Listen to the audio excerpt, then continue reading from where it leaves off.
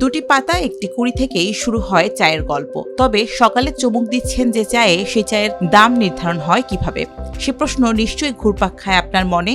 বাগান থেকে ভোক্তার ঘর, কয়টি ধাপে শেষ হয় চা পাতার এই যাত্রা? কখনো ভেবে দেখেছেন কি?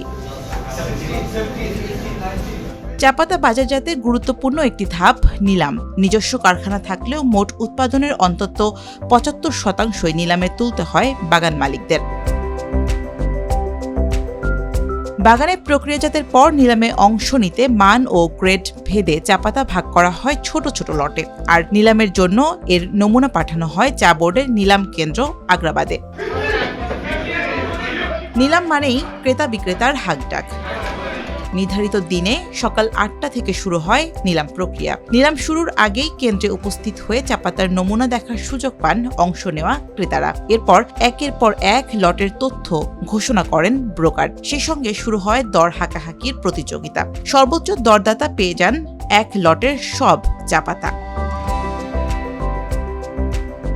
প্রায় ৮ দশকের ধারাবাহিকতায় ২০২৬-২৭ মৌসুমের জন্য চা নিলাম প্রক্রিয়া শুরু হয় ২৭ এপ্রিল। টানা ৪৭ সপ্তাহের প্রতি সোমবার চলবে এই নিলাম প্রক্রিয়া। প্রথম দিনেই নিলামে ওঠে প্রায় ৩২,০০০ ব্যাগ, যা প্রায় ১৬ লাখ কেজি চা পাতা। পূর্বের বছরে নেয় এবছরও চায়ের গুণগত মানের ভালো চায়ের দাম অত্যন্ত বেশি। বায়াররা যেটা আশা করছিল সেই আশা অনুযায়ী হয়নি। মার্কেট চাহিদা অনেক বেশি থাকায় চায়ের দাম গেল বছরের চেয়ে ১৫-২০ টাকা করে বেশি হচ্ছে। সেই হিসেবে বলা যায় যে মৌসুমের শুরুটা চা বাগান মালিকদের জন্য ভালো কিছু পাওনা তারা আশা করতে পারে, এবং এইভাবে চলতে থাকলে হয়তো বছরটা খুব ভালোভাবেই শেষ হবে। সিলেট, চট্টগ্রামের যে বাগানগুলো রয়েছে এগুলো অনেক আপ গেছে, কোয়ালিটির উপরে ডিপেন্ডস করে। কোনো চা ১০০ টাকা, ১৫০ টাকা আপ গেছে, ২০০ টাকা আপ গেছে, কোয়ালিটির উপরে ডিপেন্ডস করে। ১০০ ব্যাগের মতো চা কিনছি ওই বিভিন্ন বাগানের, দিলদারপুর,